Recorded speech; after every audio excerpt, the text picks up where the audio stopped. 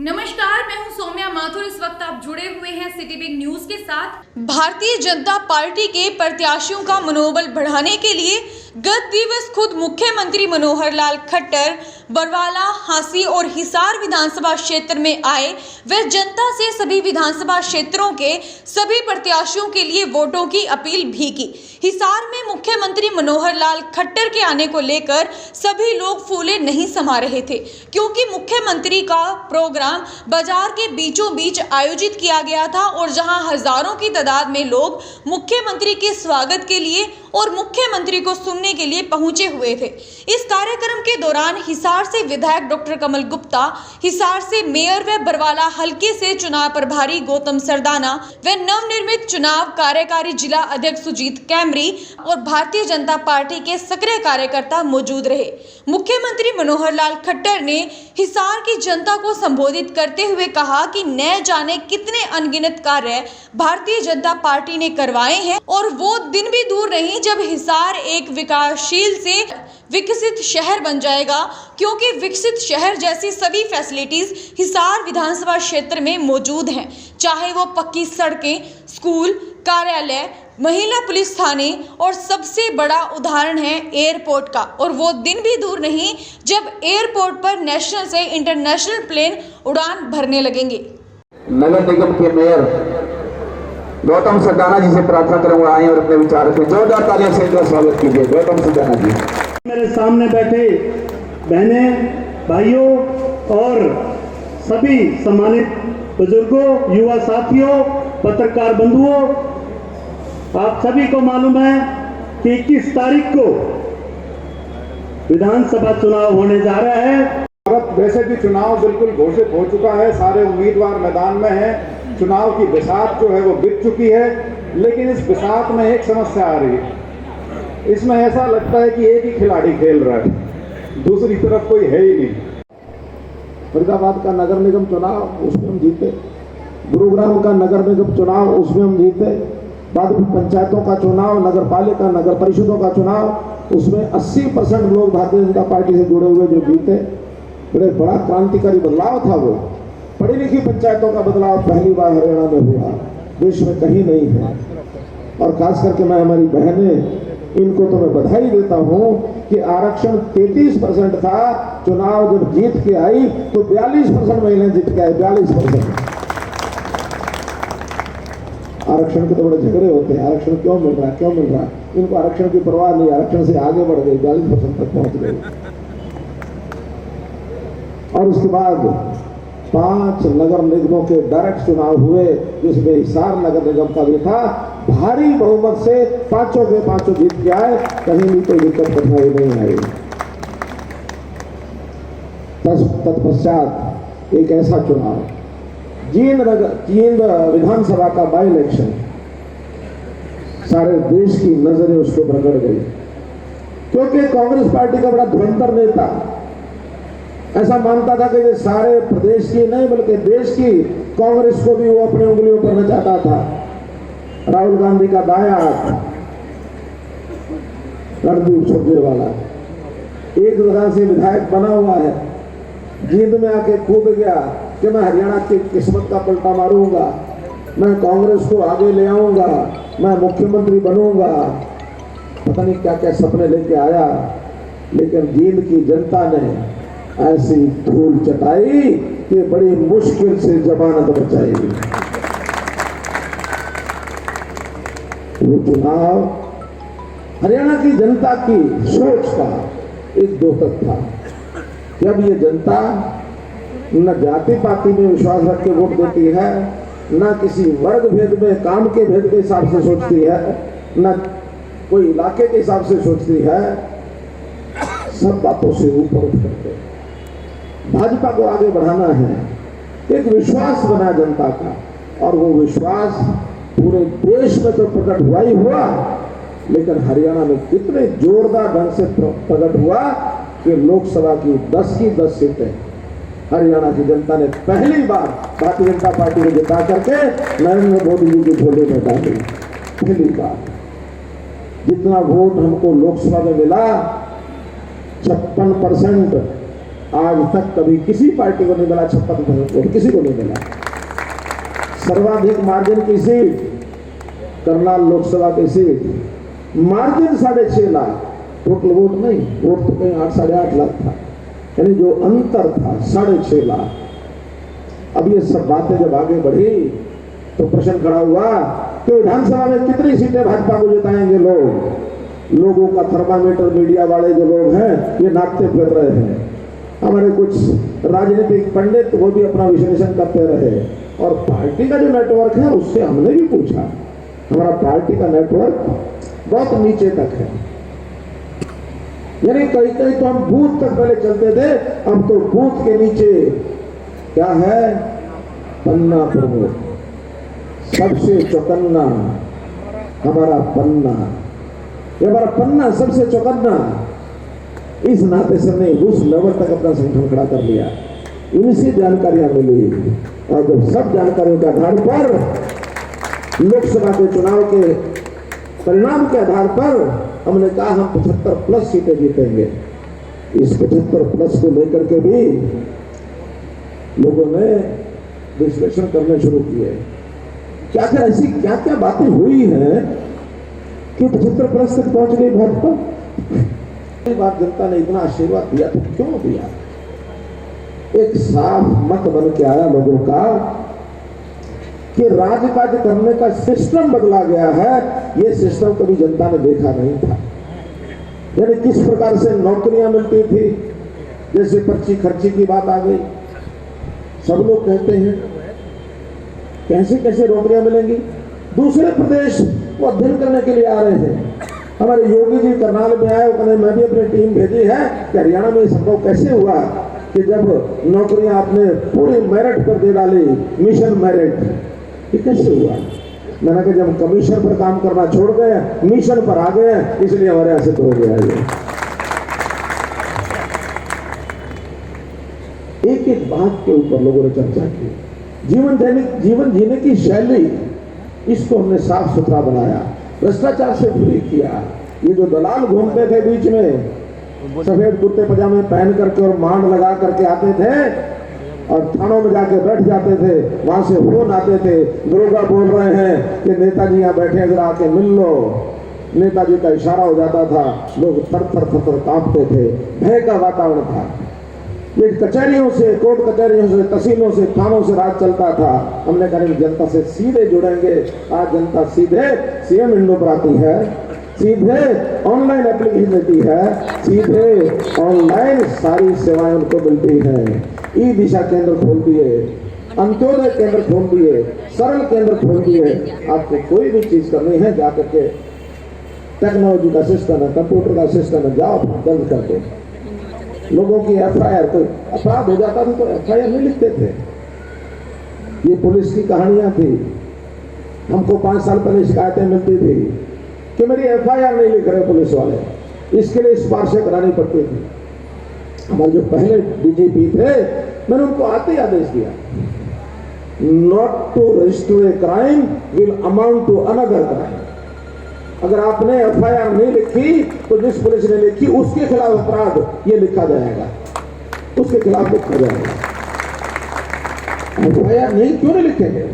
मैं कहता हूं कोई एक आदमी आ गया, वो कहता जी मुझे पंसारी बाजार में जा रहा था और एक दुकान पर मिर्चों की दुकान थी, धांस चढ़ गई, मुझे छींक आ गई, मेरी एफआईआर लिखो। मालूम ये भी कोई कह दे तो लिखो, लिखने के बाद फिर देखेंगे कि भाई इसको छींक क्यों आती है, कितने लोगों को आती है, आएगी कि नहीं आएगी। पंसारी वाले से बात करेंगे, भाई अपना ढक के रख ले मिर्चों को, ढक के रख ले मिर्चों को ताकि छींक ना आए लोगों को। मामला रफा दफा कर देंगे, लेकिन एफआईआर क्यों लिखेंगे। एफआईआर लिखवाना हर एक नागरिक का अधिकार है। उसको ठोकर भी लग गई ना, और म्यूनिसिपल कमेटी के खिलाफ वो एफआईआर लिखना चाहता है कि सड़क के ऊपर खड्डा था, मुझे ठोकर लग गई, लिखो म्यूनिसिपल कमेटी के खिलाफ एफआईआर लिखी जाएगी। एफआईआर लिखने से अपराध की संख्या मत गिनो। क्लेम करते थे हमारे अपराध नहीं बढ़े, नहीं बढ़े, खाक बढ़ेंगे। आप अपराधियों की शिकायत दर्ज ही नहीं करते, कैसे बढ़ेगी। हमने कहा नहीं, पुलिस को FIR लिखना जरूरी कर दिया। और ये भी कह दिया कि कोई अपने घर से बैठे हुए ईमेल कर दो, हर समय पोर्टल इसके ऊपर लिख दिया। आप गूगल पर जाकर हर समय HARSAMAY ये लिखोगे, पुलिस का पोर्टल खुलेगा, आपको कहेंगे आप अपना नाम लिखो, फोन नंबर लिखो, एड्रेस लिखो, शिकायत लिखो, और शिकायत लिखोगे उस एड्रेस के हिसाब से अपने आप उस थाने में चली जाएगी जिस एरिया का वो एड्रेस होगा, अपने आप चली जाएगी। बहुत सुधार हुए हैं। महिलाओं के खिलाफ अपराध बहुत होते थे, शर्म के मारे हमारी बहनें माताएं पुलिस स्टेशन नहीं जाती थी, क्योंकि वहां पुरुष बैठे हैं, कैसे अपने मन की व्यथा सुनाएंगे। जब हमको पता लगा, हमने कहा पहले हर जिले में एक महिलाओं का थाना खोल दो, जहां हर जो कर्मचारी हो महिला कर्मचारी होगी, वहां सिपाही भी महिला होगी, वहां इंस्पेक्टर भी, SHO भी सब महिला होंगे। जिस जीप को लेकर के जाना है महिला पुलिस ने, उसका ड्राइवर भी महिला ड्राइवर होगी, ताकि किसी महिला को कोई दिक्कत ना आए। हमारे 31 महिला थाने इस समय चल रहे हैं। महिलाओं के खिलाफ अपराध, हमने दुर्गा ऐप ये बनाया, बहुत तरह की योजनाएं आगे भी हैं। मुख्य योजनाओं को तो हमारे साथियों ने बता दिया, मैं हिसाब लगा रहा था कि जो चीजें नहीं सामने आई हैं। हम लोग एक एक व्यक्ति को, हरियाणा के 2.5 करोड़ जनता, सही मायने में तो आज के दिन अगर हम ये सोचने लगे कि आज कितनी जनता है, ये कोई आंकड़ा हरियाणा में मिलता नहीं है।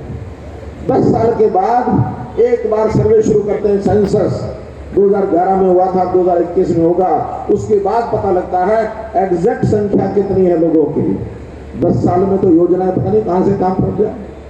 हमने योजना बनाई है कि अब ऐसा सिस्टम बनाएंगे कि हर व्यक्ति जो हरियाणा की धरती पर आ गया, उसका नाम उसी दिन रजिस्टर हो, चाहे नया जन्म लिया बच्चे ने, हॉस्पिटल में लिया, घर में लिया, हमारे सिस्टम सब है, रजिस्टर होता है, लेकिन उसका सिस्टम नहीं बना, हम वो बनाएंगे। हर वो व्यक्ति जो भगवान को प्यारा हो गया, चाहे वो शमशान घाट में गया, चाहे कब्रिस्तान में गया, उसको भी दर्ज करो। मृत्यु का रजिस्ट्रेशन जरूर होना चाहिए, नहीं तो लोगों को अपने परिवार के किसी भी सगे संबंधी के मृत्यु होने के बाद मृत्यु प्रमाण पत्र नहीं मिलता, घूमता रहता पीछे पीछे। हम क्यों नहीं, जो हमारे शमशान घाट की देखभाल करने वाले लोग हैं, उनको एक पैसा देंगे। उसकी कामना तो नहीं है कि ज्यादा लोग आए, लेकिन आना तो है ही लोगों ने, आएगा तो सही, आएंगे तो लिखो, देंगे उसको भी 500 रुपया, 1000 रुपया उस बात का, हर किसी को देना तो उसको भी देंगे, लेकिन गिनती तो पूरी होगी। हरियाणा में बाहर से कोई आदमी आके बस गया, या मानो कोई बेटी बाहर से शादी होकर यहाँ आ गई, लिखवाओ वो भी। और हरियाणा से कोई परिवार बाहर चला गया, या कोई बेटी शादी होकर बाहर चली गई, उसका भी लिखवाओ। हमको हर दिन पता होना चाहिए कि हमारे हरियाणा का डोमिसाइल कितने लोगों का है। हर दिन पता होना चाहिए कि 5 साल से छोटे बच्चे कितने हैं, 5 साल से 15 साल स्कूल जाने वाले कितने हैं, 15 साल से 18 साल हायर एजुकेशन में जाने वाले कितने हैं, 18 साल वाले इतने कौन से हैं जो उनका भी वोट नहीं बना, उनका वोट घर के बना करके उनके घर पहुंचाएंगे।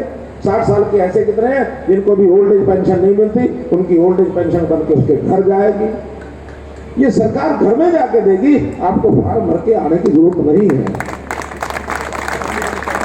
अभी तक बात चलती थी सरकार आपके द्वार, हम कहते हैं सरकार आपके परिवार, आपके परिवार में जाएगा। परिवार के हर सदस्य की आवश्यकता, जन्म से लेकर जीवन की अंतिम यात्रा तक क्या जरूरत है आदमी को, उसकी योजना बनाएंगे। कोई बेरोजगार है तो उसकी योजना होगी, कोई मानो अस्वस्थ हो गया तो उसकी योजना बननी चाहिए, उसका इसका स्वास्थ्य ठीक होना चाहिए। हर आदमी की आवश्यकताएं होती हैं, और हर आदमी का अपना लियाकत भी होती है, उसका एक हुनर भी होता है, उसकी योग्यता भी होती है। उसके हिसाब से भी उसका मूल्यांकन करेंगे कि इसकी योग्यता का फायदा समाज को, देश को हो रहा है कि नहीं हो रहा है। अच्छे योग्य लोग बैठे हैं, मुझे ऐसे बहुत लोग मिले जो कहते हैं हम कुछ करना चाहते हैं, हमारे पास काम नहीं है, हमको कुछ काम दो। और बिल्कुल जिसको कह लीजिए वॉलंटरी करके करना चाहते हैं, बिना किसी वेतन के करना चाहते हैं। ऐसे रिटायर्ड लोग जो पेंशन ले रहे हैं, वो कहते हैं हमारा टाइम पास नहीं होता, हमको कुछ काम बताओ। अब इनकी भी योजना बनाने वाले, आखिर सामाजिक संस्थाएं इन्हीं के आधार पर चलती हैं, तो सरकार भी इनको काम दे सकती है। भ्रष्टाचार जड़ मूल से नष्ट करने के लिए सोशल ऑडिट सिस्टम ये बढ़ाने वाले हैं। हमारे मन में आगे के 5 साल का एक बहुत बड़ा खाका है, बहुत बड़ा खाका है। उस खाके के आधार पर जीवन को कैसे सुखी बनाया जाए, आने वाले 5 साल में आप लोग देखेंगे कि हरियाणा ऐसा होगा, नया हरियाणा होगा, और इसके ऊपर लोग अध्ययन करेंगे, इस पर खोज करेंगे, इसके ऊपर एक प्रकार से रिसर्च करेंगे कि हरियाणा में ये बदलाव हो। आज भी करने लग गए हैं, ऐसे बहुत काम हमने कर दिया। हरियाणा में कैसे संभव हुआ, जैसे हमने नौकरियों की बात बताई, ऐसे ट्रांसफर पॉलिसी की बात बताई। इसी प्रकार से लोग आ रहे हैं कि यहाँ का किसान, कोई उसको समस्या नहीं है। भावांतर भरपाई योजना हमने शुरू की, लोगों के लिए नई योजना है। पढ़ी लिखी पंचायतें, इसका लोग अध्ययन करने आ गए, ये नई योजना है। कैरोसिन फ्री हमने कर दिया। कोई कैरोसिन हमारे किसी डिपो पर, राशन डिपो पर कैरोसिन आता है क्या? मिलता है किसी को? नहीं मिलता है, जरूरत भी नहीं थी। राशन पर, डिपो पर ये तेल पहुंचता नहीं था जब उन्होंने बंद किया। मिट्टी का तेल टैंकर का टैंकर लोग बाहर के बाहर किसी पेट्रोल पंप रात के 12 बजे भेजते थे, और पेट्रोल पंप के अंदर टूटी लगा के सारा मिट्टी का तेल उस टैंकर में खाली हो जाता था। और हम वहाँ पेट्रोल पंप से अपना तेल डलवा के स्कूटर में, कार में, ट्रैक्टर में, बस में, गाड़ी में, ट्रक में हमारे इंजन खराब होते थे। अब वो समस्याएं खत्म हो गई। बहुत चीजें हैं करने की। इतना ही मेरा कहना है कि जिस विश्वास के साथ हम लोगों ने ये एक वातावरण निर्माण किया है कि अगली बार फिर से सरकार बनेगी और 75 पार की बनेगी, उसका मार्जिन बढ़ाना है। उस मार्जिन में जो होड़ लगी है कि नगर निगम में थोड़ा था, लोकसभा में ज्यादा हुआ, विधानसभा में और ज्यादा होगा, ये होड़ सब जगह लगी है। जीती सीटों पर ये लगी है, और जो पिछली बार हम जीत नहीं पाए थे वहां सब सीटें जीतने की होड़ लगी है। सिरसा जिले के लोग जो बैठते हैं तो एकदम 5 के 5 जीतेंगे। हिसार जिले के जो लोग वोट बैठते हैं तो एकदम 7 के 7 जीतेंगे। शुभकामनाएं जीतनी है, लेकिन इन सब पर जीतेंगे तब जब हम अपनी छोटी इकाई के ऊपर काम करेंगे। बूथ और बूथ के नीचे पन्ना प्रमुख, उस पन्ना प्रमुख के नाते से काम करेंगे। 10-10, 15-15 घरों में जाएंगे। संगठन हमारा मजबूत है, बहुत है। कांग्रेस के मुकाबले में तो हम बहुत आगे हैं। कांग्रेस के लोग तो पिछले 5 साल में हम देख रहे हैं, अपने राष्ट्रीय अध्यक्ष को ढूंढते रहे। दूरबीन लेके कोई मिल जाए, राष्ट्रीय अध्यक्ष मिल जाए, कोई मिल जाए। राष्ट्रीय अध्यक्ष ने कहा कि गांधी परिवार के बाहर से कोई मिल जाए। बहुत ढूंढा, बहुत ढूंढा, और बाद में राष्ट्रीय अध्यक्ष कौन बना? कौन बना? सोनिया गांधी। गांधी परिवार से बाहर किया क्या?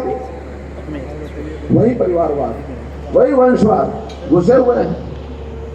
हरियाणा प्रदेश में 6 साल तक एक अध्यक्ष प्रदेश की कमान संभालता, बैंगलोर संभालता, और एक सुंदर सुबह ऐसी आती है जब उसको हटा करके अध्यक्ष बदल देते, मोहरा बदल देते। और वो अध्यक्ष भी ऐसा था, उसने भी पार्टी के हित में नहीं, उसने उठाकर मेरा अलविदा, कांग्रेस अलविदा कह के बाहर हो गया, टिकटों का आरोप लगा के बाहर हो गया। तो अध्यक्षों की लड़ाई है। यहाँ कभी प्रधानमंत्री के नाम की लड़ाई हुई, कभी मुख्यमंत्री के नाम की लड़ाई हुई, कभी राष्ट्रीय अध्यक्ष, प्रदेश अध्यक्ष के नाम की लड़ाई हुई। हमारे तो जिला अध्यक्ष भी ऐसे बनते हैं फटाफट। यहाँ जिला अध्यक्ष हमारे चुनाव लड़ने चले गए, अगले दिन सूचना दे दी कि अब कार्यकारी अध्यक्ष भाई सुनील कुमार जी ये हमारे कार्यकारी अध्यक्ष हो। अब कल तक नहीं थे, आज हो गए। किसी को भनक ही नहीं लगी। तो इसलिए यहाँ तो इतना स्मूथ चलते हैं। विधानसभा के चुनाव में कुछ लोगों की इच्छा हुई, हम भी चुनाव लड़ेंगे, आए लड़ने के लिए आगे, लेकिन आखिर कोई अधिकार सिस्टम में ऐसा नहीं है कि एक विधानसभा से 2 प्रत्याशी खड़े हो जाए बीजेपी के। है कोई सिस्टम? है कोई सिस्टम? एक ही खड़ा होना था।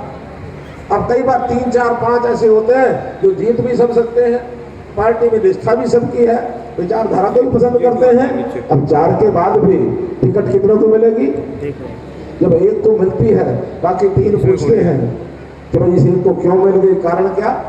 अभी कारण तो पता ही नहीं क्या कारण है। ऐसे जब बात मेरे से पूछते हैं सब लोग, तो मैं फिर एक बात बड़े सलीके से उनको इशारे से बताता हूँ कि भाई एक ही कारण मुझे लगता है, और वो कारण है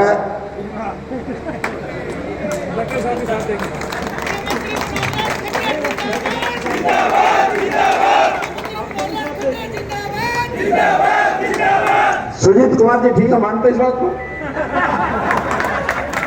मैंने आईडी से आगे आ गए। तो मित्रों, ये बहुत भाग्यशाली हम लोग हैं कि हमको इस प्रकार के संगठन का साथ मिला। ऐसी हमारी टीम है, इस टीम को और आगे बढ़ाने में आप लोग काम करें। अपना परिवार, रिश्तेदार, पड़ोसी, साथ काम करने वाले, न केवल हिसार में बल्कि पूरे हरियाणा में जहां भी जो हमारा परिचय है उनको SMS कर दें, WhatsApp कर दें, पत्र लिख दें, जो मैसेज दे सकते हैं दें। कभी मिलना जुलना हो जाए तब बताएं कि फिर इस बार अब जब बोलते हैं ना तो कोई कहता मोदी सरकार, कोई कहता मनोहर सरकार, वो गफलत में पड़ जाते हैं। इसका इलाज बता दें मोदी जी। मोदी जी ने रोहतक में इलाज बताया, उनका लोग समझ नहीं पा रहे कि क्या बोले। उन्होंने कहा कि एक शब्द नया देता हूं, नमोहर बोलना शुरू कर दो। मनोहर की बजाय नमोहर। मोदी जी भी आ गए, मनोहर लाल भी आ गए, सब आ गए। और नहीं तो मोदी हर शुरू कर दो। मोदी भी आ गए, मनोहर भी आ गए। बहुत बहुत धन्यवाद।